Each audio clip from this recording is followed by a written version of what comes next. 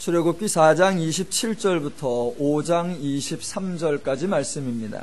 여호와께서 아론에게 이르시되 광야에 가서 모세를 맞으라 하시매 그가 가서 하나님의 산에서 모세를 만나 그에게 입맞추니 모세가 여호와께서 자기에게 분부하여 보내신 모든 말씀과 여호와께서 자기에게 명령하신 모든 이적을 아론에게 알리니라. 모세와 아론이 가서 이스라엘 자손의 모든 장로를 모으고 아론이 여호와께서 모세에게 이르신 모든 말씀을 전하고 그 백성 앞에서 이적을 행하니 백성이 믿으며 여호와께서 이스라엘 자손을 찾으시고 그들의 고난을 살피셨다 함을 듣고 머리 숙여 경배하였더라. 그 후에 모세와 아론이 바로에게 가서 이르되 이스라엘의 하나님 여호와께서 이렇게 말씀하시기를 내 백성을 보내라. 그러면 그들이 광야에서 내 앞에 절기를 지킬 것이니라 하였나이다. 바로가 이르되 여호와가 누구이기에 내가 그의 목소리를 듣고 이스라엘을 보내겠느냐? 나는 여호와를 알지 못하니 이스라엘을 보내지 아니하리라. 그들이 이르되 히브리인의 하나님이 우리에게 나타나셨은즉 우리가 광야로 사흘길쯤 가서 우리 하나님 여호와께 제사를 드리려 하오니 가도록 허락하소서. 여호와께서 전염병이나 칼로 우리를 치실까 두려워하나이다. 애굽 왕이 그들에게 이르되 모세와 아론아 너희가 어찌하여 백성의 노역을 쉬게 하려느냐? 가서 너희의 노역이나 하라.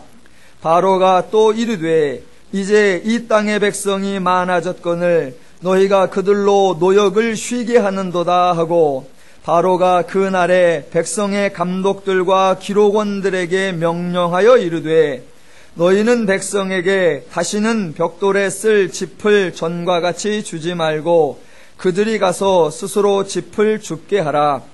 또 그들이 전에 만든 벽돌 수효대로 그들에게 만들게 하고 감하지 말라.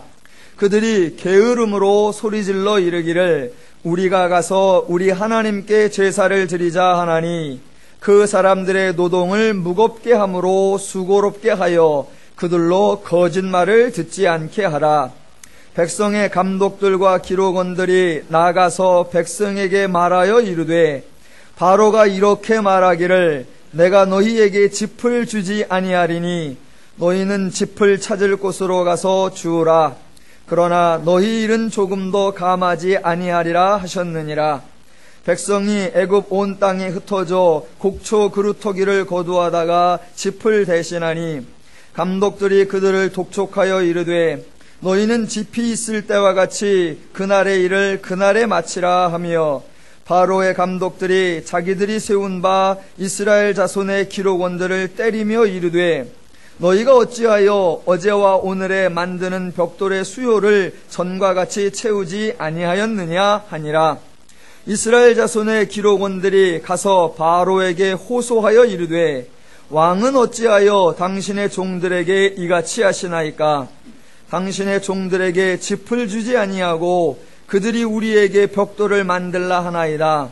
당신의 종들이 매를 맞사오니 이는 당신의 백성의 죄니이다. 바로가 이르되 너희가 게으르다 게으르다. 그러므로 너희가 이르기를 우리가 가서 여호와께 제사를 드리자 하는도다.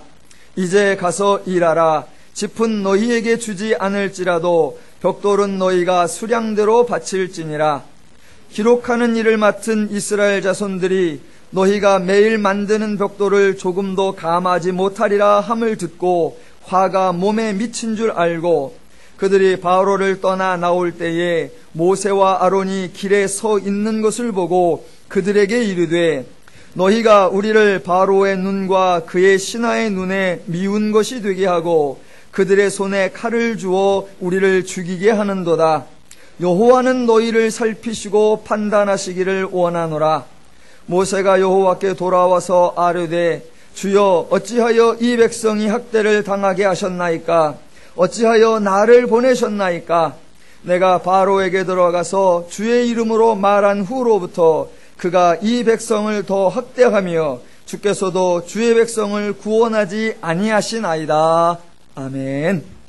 대부분의 종교들은 초월을 한 특성으로 가지고 있습니다. 그래서 아무리 낙후된 원시 사회에 가도 어느 곳에든 종교가 있게 마련이고, 그 종교의 집행자는 하다못해 무당일지라도 나무 껍데기를 뒤집어 썼을지라도 초월적인 능력이 있고, 그 종교의 내용에는 낙원이라든가 열반이라든가 무릉도원이라든가 어떠한 초월의 대상에 대한 기대가 등장하고 있습니다. 기독교에만 초월이 있고 타 종교에는 초월이 없다고 생각하시면 안 됩니다. 그렇지만 기독교를 포함한 모든 종교가 초월을 다룬다고 해서 그 초월의 의미가 동일한 것은 절대로 아닙니다. 초월이라고 하는 동일한 용어를 사용하고는 있지만 기독교의 초월이 다른 종교들에서 말하는 초월과 어떻게 다른가를 분별하셔야만 합니다. 기독교에서 말하는 초월은 그 초월의 주체자 측면에서 인간의 초월이 아니라 하나님의 초월을 의미합니다. 기독교는 인간이 삶의 현실을 벗어나는 것을 말하지 않습니다. 그와는 정반대로 하나님이 인간과는 구별되어 계시다, 즉 하나님이 초월해 계시다라고 하고, 그 초월하신 하나님이 또 인간의 현실로 들어오신다라는 것을 강조합니다.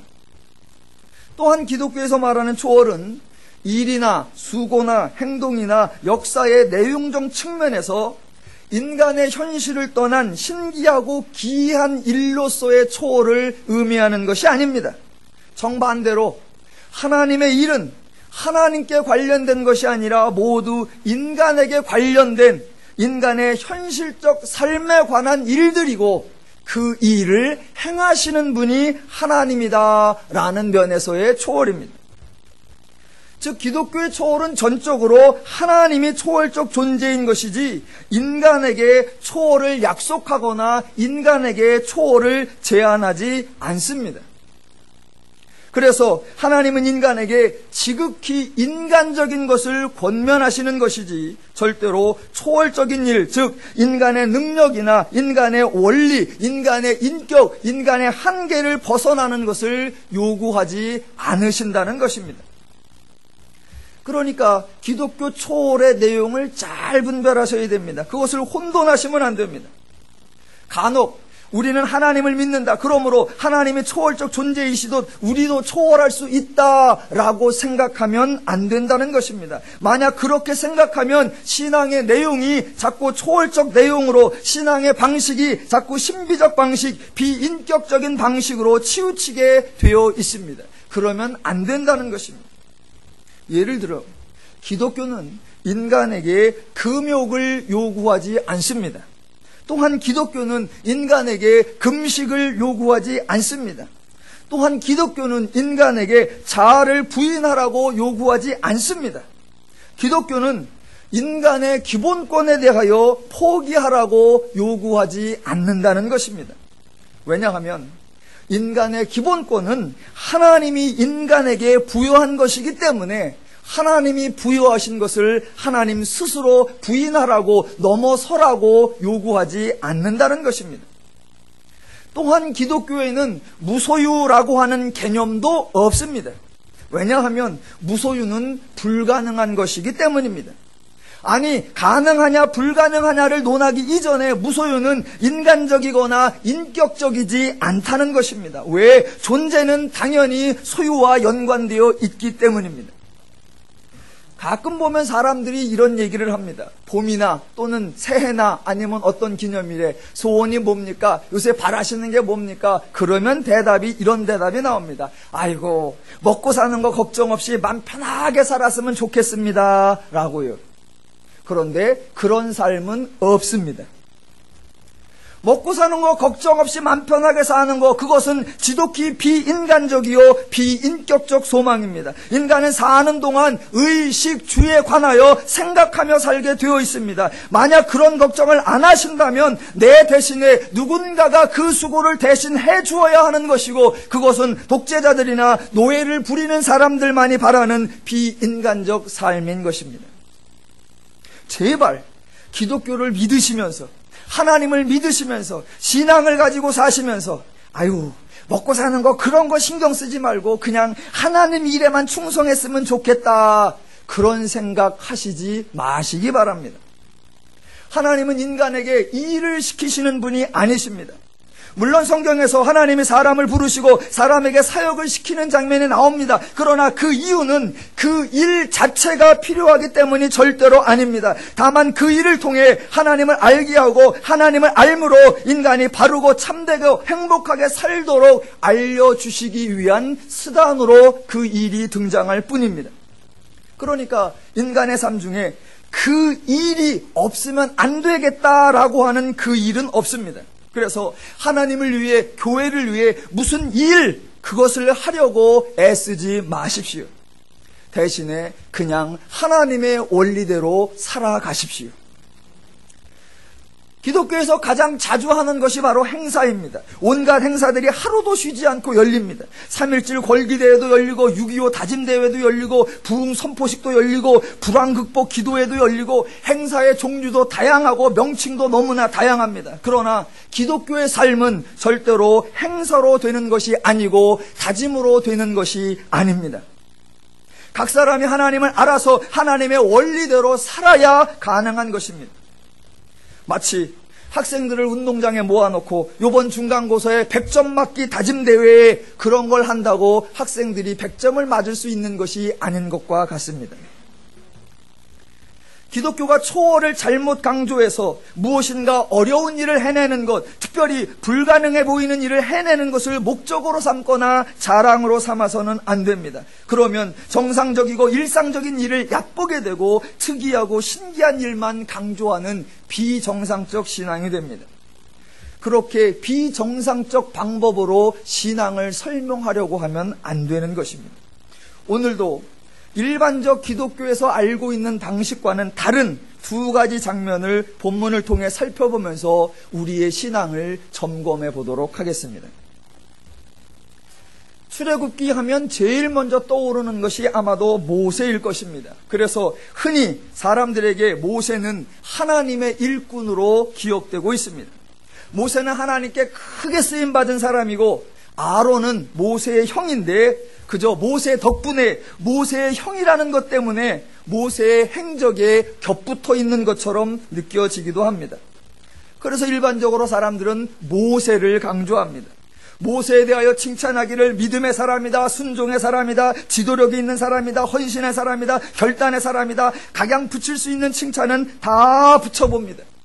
그러나 아론에 대하여는 어떠한 별칭도 없습니다. 오늘 한번 27절을 보겠습니다.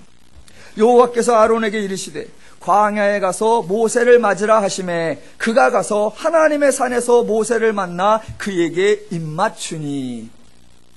자, 성경에 아론이 등장하는 첫 번째 장면이 바로 여기입니다.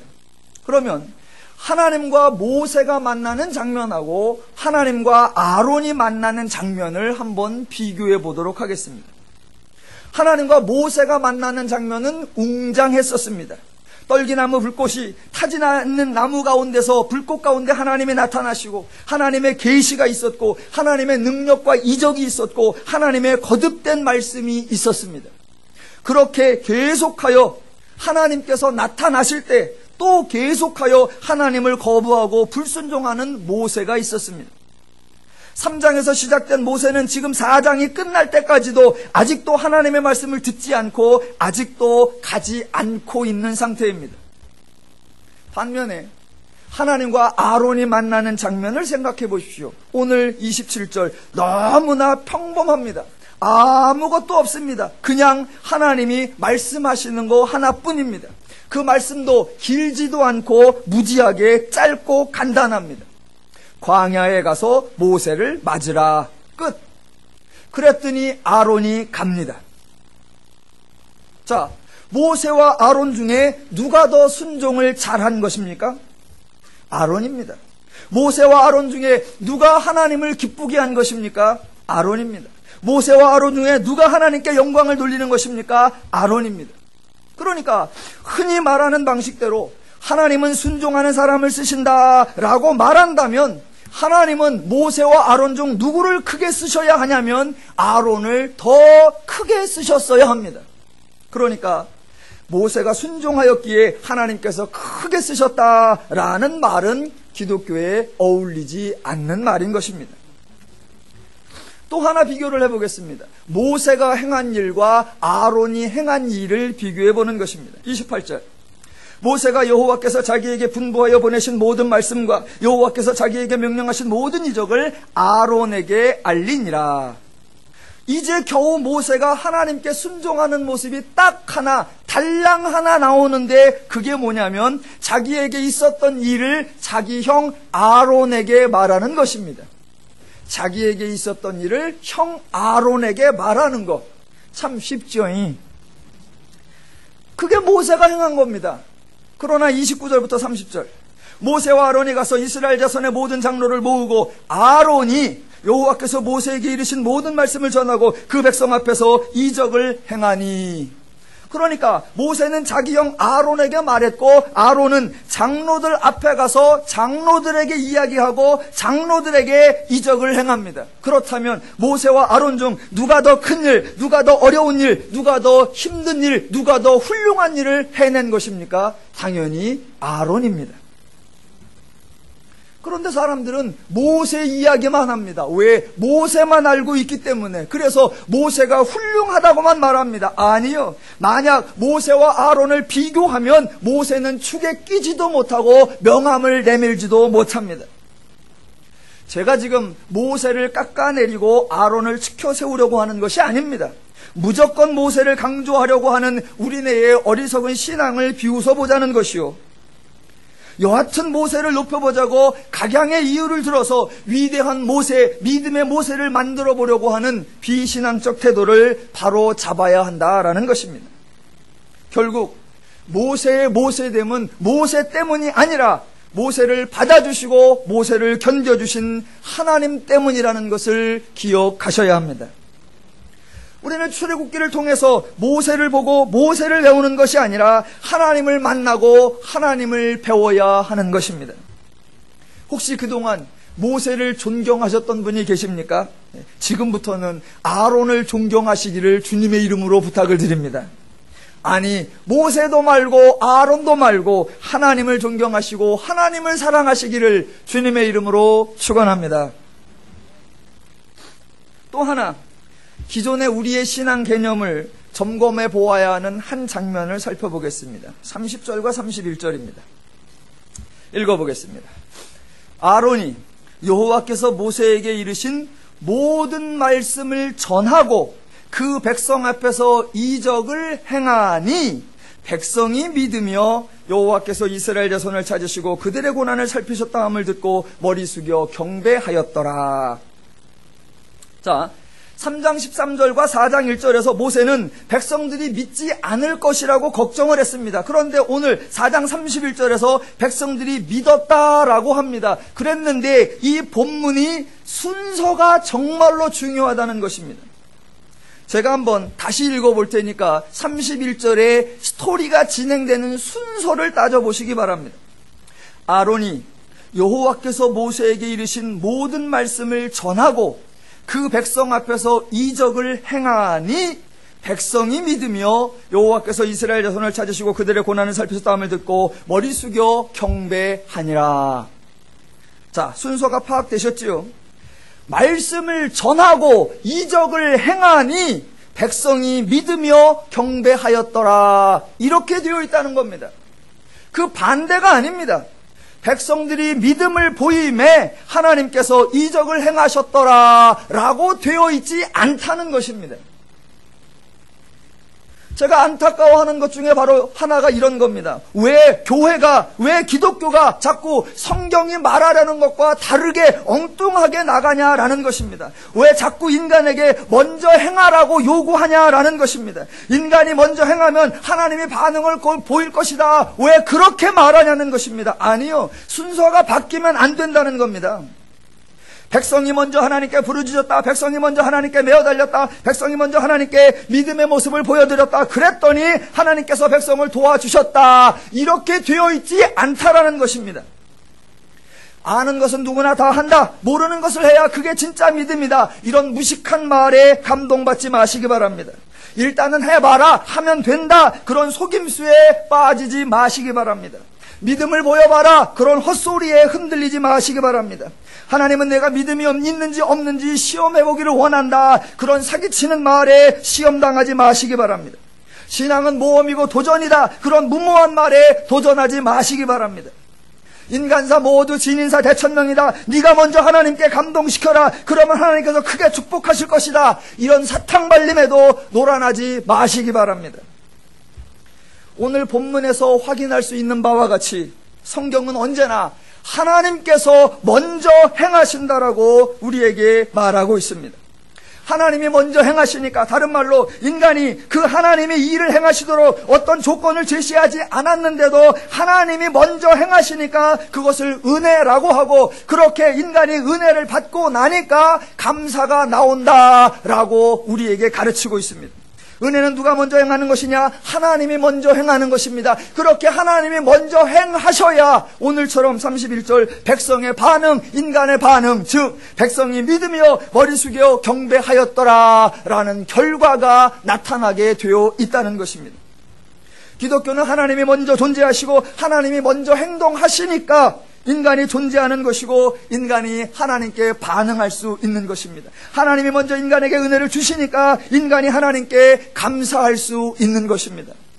저와 여러분의 신앙도 마찬가지입니다. 하나님이 먼저 저와 여러분을 구원하셨기에 저와 여러분이 성도가 될 수 있었고, 하나님이 먼저 저와 여러분과 동행하시기에 우리가 하나님께 나올 수 있었고 하나님께 예배할 수 있게 된 것입니다.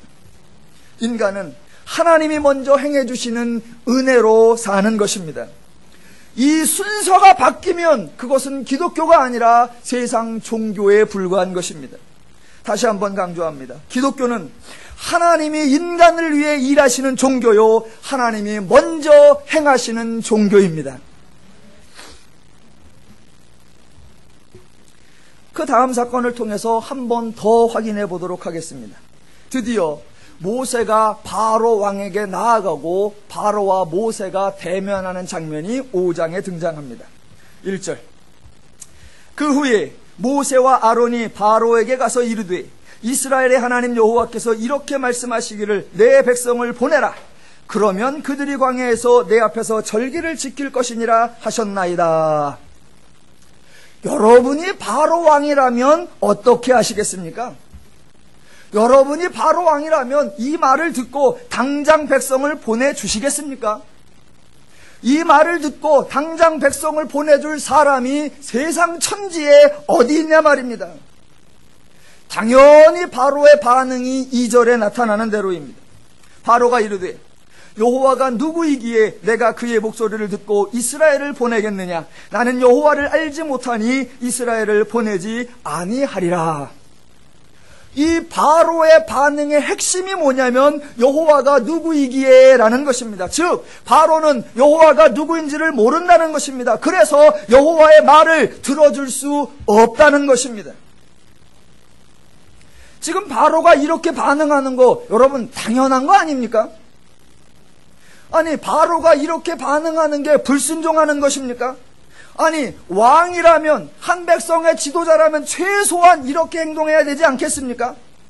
만약 바로가 어느 날 40년 전에 사라졌던 도망자여 배신자인 어떤 놈이 와서 자기가 신을 만났다라고 하고 그 신의 말을 대신한다고 하면서 백성을 보내주어야 됩니다 라고 말했더니 바로가 얼른 백성을 보내준다고 칩시다. 우리는 그걸 믿음이 좋다라고 설명할 수 있겠습니까? 그런 사람을 제정신이라고 말할 수 있겠습니까? 오늘 일부 설교에는 그런 사람은 미친놈입니다 라고 써 있는데, 일부 설교를 들은 분이 그 내용은 너무 리얼하고 너무 천박하다고, 설교에 어울리지 않다고 해서 뺐는데 저는 다 하고 있습니다 지금.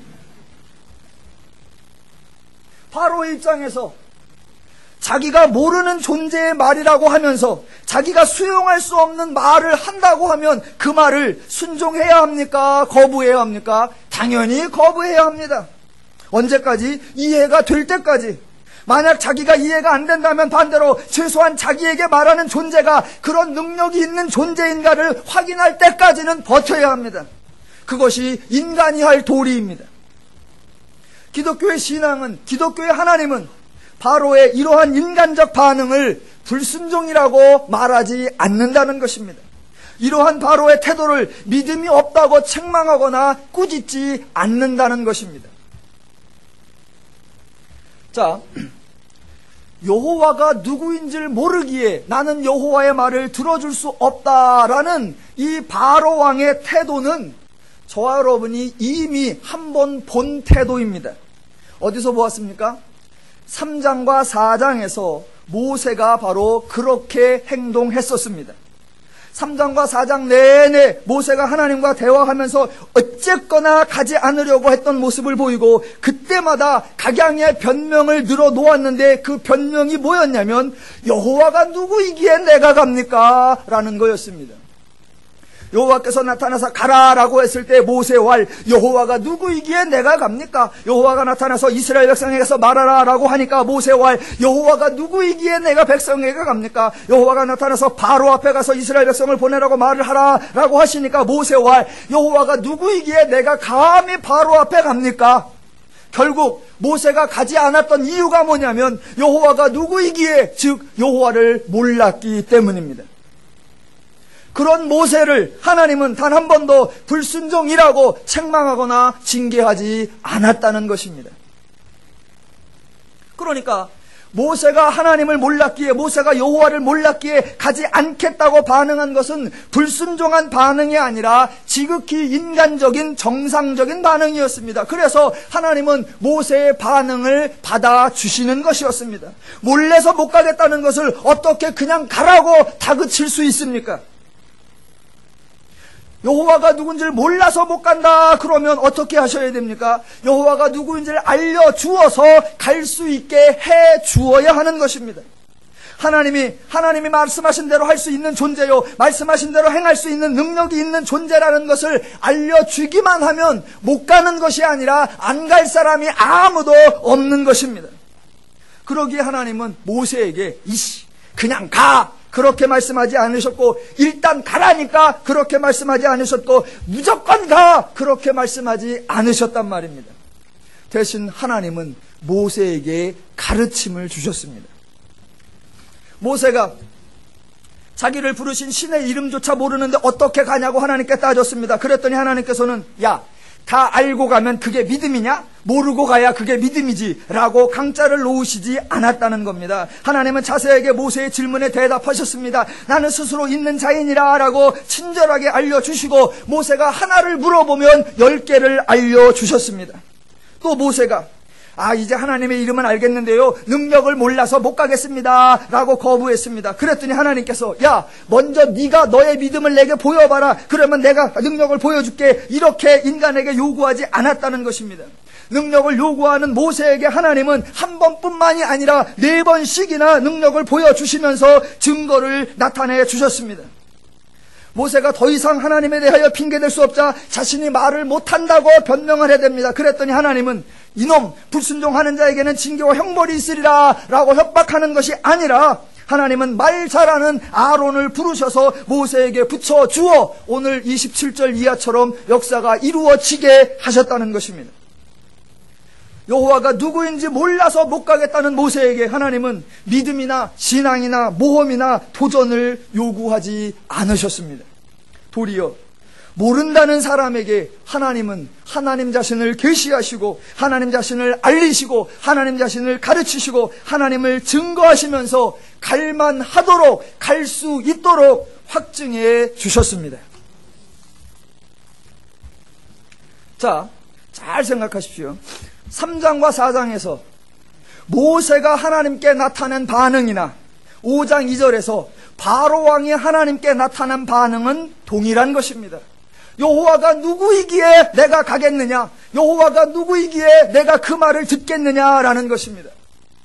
그러한 모세의 반응에 하나님이 징계와 심판과 재앙을 내리는 대신에 계시를 주시면서 하나님을 알리셔서 모세로 하여금 하나님 말씀대로 행할 수 있도록 만들어 주셨다면, 여호와가 누구이기에 내가 그의 목소리를 듣고 이스라엘을 보내겠느냐라고 하는 바로 왕의 반응에 대하여도 하나님은 징계와 심판과 재앙을 내리시는 대신에 계시를 주시면서 하나님의 말씀대로 바로가 백성을 보내줄 수 있도록 하나님이 만들어 주셔야 한다는 것입니다. 왜?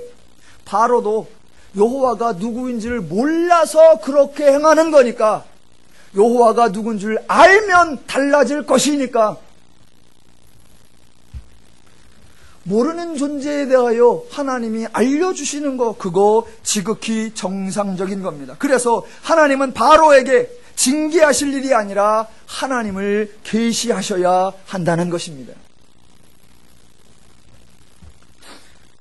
5장 4절 이하에 보면 이스라엘 백성들에 대하여 바로가 노역을 더 힘들게 하는 행동들이 나타납니다. 그러한 바로의 행동 또한 지극히 정상적인 겁니다. 왜? 지금 바로는 여호와가 누구인지를 모르고 있단 말입니다. 그런데 모세가 와서 바로 왕으로서는 그동안 한 번도 듣도 보도 못한, 족보에도 없고 계보에도 없고 애굽의 신의 목록에도 전혀 등장하지 않는 여호와라고 하는 신의 이름을 들먹거리면서 그 신이 모세 자기에게 나타났다고 하고 그 신이 이스라엘 백성들을 보내라고 한다는데 그 말이 사실처럼 들리겠냐고요? 사실처럼 들릴까요? 아니면 거짓말처럼 들릴까요? 당연히 거짓말처럼 들릴 겁니다. 저것이 도망가서 피난가서 40년 살다가 이제 늙음하게 다시 돌아오려고 그래나? 저것이 어떻게든 무슨 변명을 대서 백성들을 데리고 나가서 자기가 그래도 왕노릇 해보고 싶어서 그러나? 저것이 40년 동안 돌아다니면서 살더니 느는 건 떡만 늘었구만. 순 거짓말이라고 생각이 들 것이란 말입니다. 그러니 5장 9절에 이렇게 나옵니다. 모세의 말을 뭐라고 말하느냐? 그들로 하여금 모세가 행하는 거짓말을 듣지 않게 하라. 예, 당연히 그런 생각이 들을 것입니다. 그 다음에 바로가 행한 조치들 또한 대부분의 인간들이 행하는 조치입니다. 억압을 하고 노역을 더 힘들게 하는 거. 예, 여러분 흔히 사람들이 딴 생각을 언제 합니까? 육신이 편할 때. 딴 생각은 육신이 편할 때예요.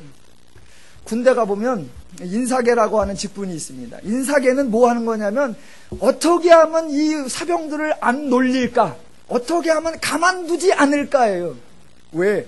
그들 사고방식에는 그냥 두면 사고가 난다는 겁니다. 그러니까 여하튼 하루 24시간 갈궈야 돼. 마당을 팝니다. 그러면 포크레인으로 파면 5분이면 팝니다. 포크레인이 그 옆에 있습니다. 그런데 절대로 포크레인으로 팔지 않습니다. 왜? 5분 내로 파는 게 중요한 게 아니라 삽질로 3일이 걸리는 게 중요합니다. 왜? 편하면 딴 생각이 들고 딴 생각이 들면 사고가 나니까. 그러니까 바로가 지금 모세가 하는 말이나 백성들이 하는 말을 들어보니까 저것들이 편하니까 딴 생각을 한다. 그러면 대안은 뭡니까? 힘들게 만드는 거죠. 이건 바로만이 하는 게 아니라 모든 인간들이 하는 방식입니다. 윗사람이 아랫사람을 부릴 때 쓰는 방식이요, 돈 주는 사람이 돈 받는 사람 쓸 때 하는 방식입니다. 사장이 종업원들 데리고 있을 때 쓰는 방식이요, 목사가 전도사 쓸 때 쓰는 방식입니다. 그러니까 바로가 특별히 악하거나 바로가 특별히 불순종하는 게 아닙니다. 혹시 지금 설교를 들으시는 분이, 졸다가 번떡 잠이 깨신 분이, 아니 오늘 목사가 왜 저렇게 바로 편을 들어주나? 저 사람이 얼굴이 까만 게 애굽 출신인가? 네, 오해하지 마십시오. 오늘 지금 출애굽기 5장을 하고 있습니다. 그리고 다음 주에 6장을 할 것이고 이제 계속 나가면 7장이 들어가는데 7장부터는 출애굽기의 핵심 사건이라고 하는 10가지 이적이 등장할 것입니다. 그런데 포인트는 뭐냐? 그 10가지 이적이 왜 등장하느냐? 그 이유를 오늘 여기서 풀어야 한다는 겁니다. 자, 모세의 반응이나 바로의 반응이 똑같다고 했습니다. 여호와가 누구인 줄 모르기에 여호와의 말을 들을 수 없다라는 것이었습니다. 그래서 여호와를 모른다는 모세에게 여호와를 알려주었다면 여호와를 모른다는 바로 왕에게도 여호와를 알려주어야 한다는 것입니다. 그래서 여호와를 모른다는 바로 왕에게 여호와를 알려주기 위하여 등장하는 하나님의 계시, 하나님의 가르침, 하나님의 자기 증거가 뭐냐? 바로 10가지 이적이라는 것입니다. 저와 여러분이 가지고 계신 성경책에 보면 매 단락들마다 소제목이 아마 친절하게 붙어 있을 것입니다. 그런데 대부분 7장부터 보면은 그 위에 첫째 재앙, 둘째 재앙, 셋째 재앙 이렇게 제목이 붙어 있을 것입니다. 그런데 정작 성경 본문을 읽어보시면 본문 어디에도 첫 번째 재앙이라는 표현이 등장하지 않고 두 번째 재앙이라는 표현이 등장하지 않고 세 번째 심판 또는 형벌이라는 표현이 등장하지 않고 네 번째, 다섯 번째 징계라는 표현이 등장하지 않는다는 것입니다. 10가지 이적이 등장할 때마다 대부분의 성도는 너무나 쉽게 10가지 재앙이라고 생각을 합니다. 그래서 하나님께 순종하지 않아서 하나님이 심판하시고 하나님이 징계하시고 하나님이 형벌을 내리시고 하나님이 재앙을 내리신다라고 생각을 합니다. 그러나 절대로 그렇지 않다는 것입니다. 하나님은 인간을 축복하시는 분이지 형벌을 내리시는 분이 아니십니다.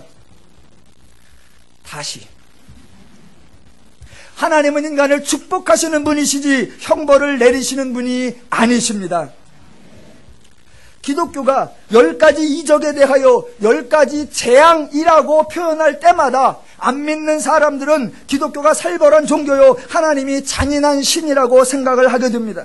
하나님은 무지막지하고 비상식적이고 비인격적이라고 생각하게 만들고 있단 말입니다. 왜? 느닷없이 나타나서 무조건 말을 들으라고 명령하는 존재요, 말을 듣지 않으면 한 번이나 두 번뿐만이 아니라 10번이라도 벌을 내려서 아예 묵사발을 내버리는 존재라고 하나님을 오해하고 왜곡하게 만들어내고 있단 말입니다. 누가? 기독교가, 누가? 교회가, 누가? 성도가, 누가? 목사가.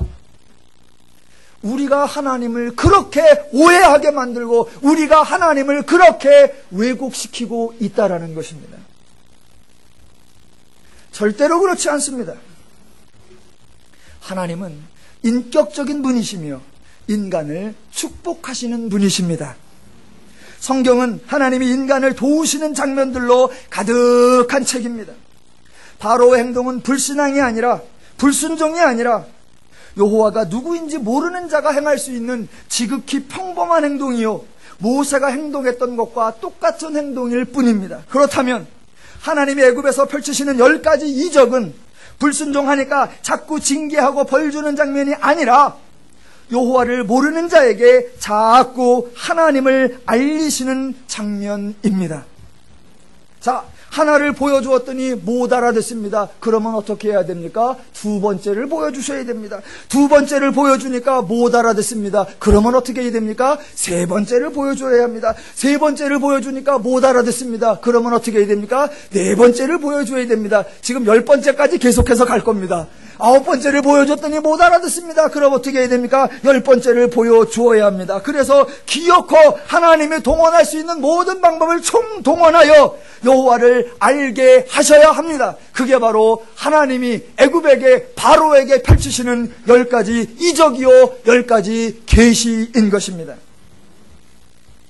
그래서 백성들로 하여금 여호와를 알면, 여호와의 능력을 알면, 여호와의 하나님 되심을 알면 백성들은 하나님 말씀을 들을 것이요, 바로 또한 하나님 말씀을 들을 것입니다. 그러니까 10가지 재앙은 재앙이 아니라 10가지 이적이요, 10가지 이적은 단순한 이적이 아니라 하나님의 10가지 계시인 것입니다. 모세가 계속하여 모세에게 계속하여 하나님이 하나님인 것을 보여주신 것처럼 바로에게 하나님이 계속하여 하나님을 보여주시는 것입니다. 그래서 여러분이 성경을 읽다 보시면 하나하나 이적이 추가될 때마다 바로가 불순종하여 재앙을 내리노라 이런 말이 등장하지 않습니다. 대신 전혀 다른 말이 반복되어 나옵니다. 첫 번째 이적을 주시면서 이로써 바로가 내가 여호와인 줄 알리라 라고 말씀하시고, 두 번째 이적을 주시면서 이로써 바로가 내가 여호와인 줄 알리라 라고 말씀하시고, 세 번째 이적을 주시면서 이로써 너희가 내가 여호와인 줄 알리라 라고 말씀하시고, 네 번째 이적을 주시면서 이로써 너희와 바로가 내가 여호와인 줄 알리라 라고 말씀하시고, 다섯 번째 이적을 주시면서 이로써 너희가 내가 여호와인 줄 알리라, 여섯 번째 이적을 주면서 이로써 너희가 내가 여호와인 줄 알리라, 일곱 번째, 여덟 번째, 아홉 번째 상동 열 번째, 이로써 너희가 내가 여호와인 줄 알리라 라고 선언하시는 것입니다. 왜 이적이 계속해서 등장하느냐? 여호와를 알게 하기 위해서. 10가지 재앙, 이제 그렇게 표현하지 마십시오. 10가지 징계, 10가지 형벌, 아니요. 10가지 재앙이 아니라 10번에 걸친 이적이고 10번에 걸친 하나님의 계시요 하나님의 가르침이십니다. 이 10가지 계시가 없었다면 저와 여러분이 하나님이 애굽의 신보다 강하다는 것을 어떻게 알 수 있었겠습니까? 하나님은 여호와가 누군 줄 몰라서 불순종할 수밖에 없는 인간들에게 재앙을 내리시는 분이 아니라 하나님을 계시하시는 자상하시고 친절하신 좋으신 하나님이신 줄 아시기 바랍니다. 인간들로 하여금 기엽고 하나님을 알게 해서 하나님이 주시는 복락들을 누리게 하시는 고마우신 하나님이신 줄 아시기 바랍니다. 하나만 더 하겠습니다. 자, 애굽의 바로 왕은 여호와가 누구인지 몰라서 불순종했습니다. 그렇다면 이스라엘 백성은 여호와가 누구인 줄 알아서 순종을 잘했을까요? 그렇지 않습니다. 모세도 하나님을 몰랐고, 애굽 왕 바로도 하나님을 몰랐고, 이스라엘 백성들도 하나님을 몰랐고, 애굽 백성들도 하나님을 몰랐습니다.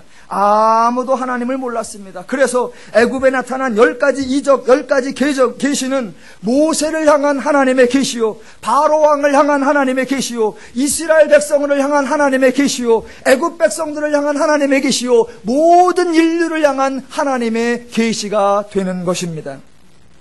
그리고 5장 15절, 이스라엘 자손의 기록원들이 가서 바로에게 호소하여 이르되 왕은 어찌하여 당신의 종들에게 이같이 하시나이까? 자, 바로 왕이 백성을 탄압하는 정책을 펴자 이스라엘 백성들이 찾아간 게 누구냐면, 모세를 찾아갔느냐? 아니요. 하나님을 찾아갔느냐? 아니요. 누구를 찾아갔느냐? 바로를 찾아갔다는 겁니다. 왜?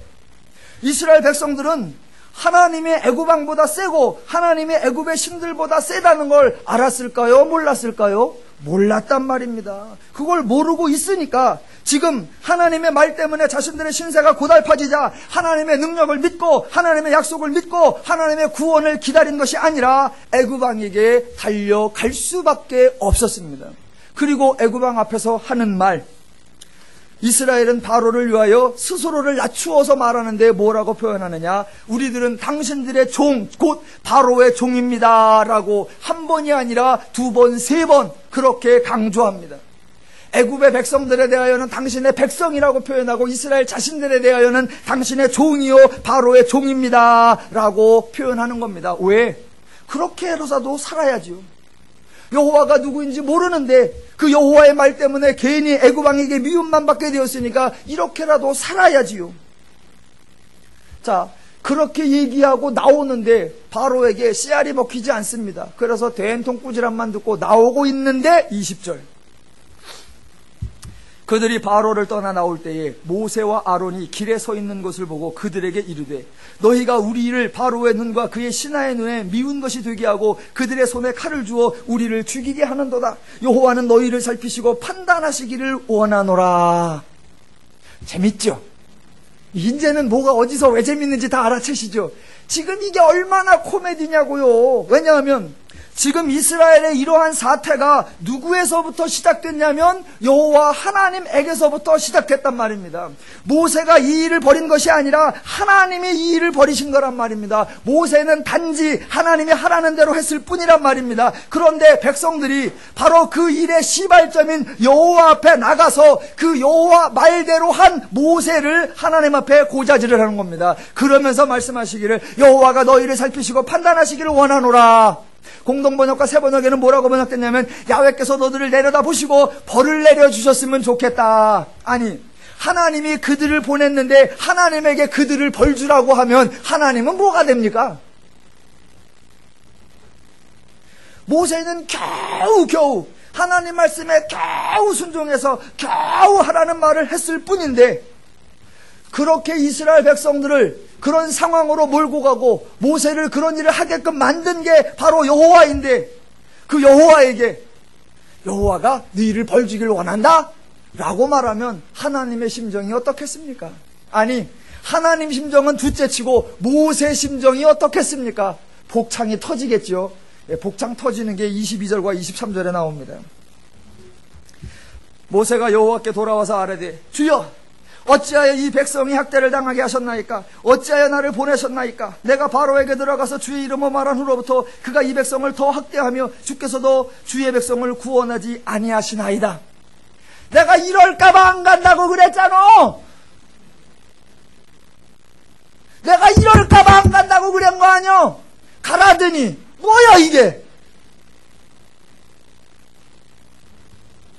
이 말을 듣고 또 하나님이 뭐라고 하실까요? 요놈의 새끼, 겨우 한 번 갔다 와고 나서 하나님 앞에 대들어? 너 이제 나한테 뒤졌다. 이렇게 또 징계를 내리시고 심판을 내리실까요? 전혀 그렇지 않습니다. 이런 바로의 심정을 다 받아주시면서, 이런 모세의 심정을 다 받아주시면서 모세에게 자상하고 친절하신 하나님의 사랑의 손길을 펼치실 겁니다. 그게 어디 나올까요? 다음 주 개봉박두. 하나 더. 오늘 본문에서는 4장 27절부터 5장 23절까지 하나님의 말씀은 딱 한 번 나옵니다. 4장 27절에 광야에 가서 모세를 맞으라. 그 다음부터는 아론과 모세가 행동하는 사건들이 등장하는 것입니다. 그렇게 모세와 아론이 행동을 합니다. 그랬더니 일이 됩니까? 하나도 일이 되지 않습니다. 아니, 모세가 영웅이라며, 모세가 지도력이 있다며, 모세가 결단력이 있다며, 모세가 구국의 지도자라며, 모세가 민족의 영도자라며, 그 모세가 아론하고 가서 해내는 일이 뭡니까? 아무 일도 안 되는 겁니다. 모세와 아론이 가서는 아무 일도 안 돼요. 누가 가셔야 합니까? 하나님이. 그러면 모든 일은 모세가 하는 것입니까? 하나님이 하시는 것입니까? 하나님이 하시는 것입니다. 그래서 다음 주부터 모세에게 하나님이 또 사랑과 친절을 베푸시면서 어떻게 하나님의 일은 하나님이 하나님의 방법으로 하나님의 능력으로 하나님이 행하시는가, 우리는 또 하나님의 일하심을 확인할 수 있는 것입니다. 주님의 이름으로 부탁을 드립니다. 우리 성경을 읽읍시다. 그래서 성경을 바르게 이해하도록 합시다. 성경을 오해하여 자상하신 하나님을 징계하시는 하나님으로 왜곡하지 맙시다. 반대로 성경을 읽고 성경을 바르게 이해하여 하나님을 알아가시고 하나님의 축복을 알아가시고 하나님의 복락을 누리는 하나님의 마음과 심정과 원리를 알아가셔서 날마다 하나님의 은혜를 풍성히 누리시는 행복한 삶 되시기를 주님의 이름으로 축원합니다.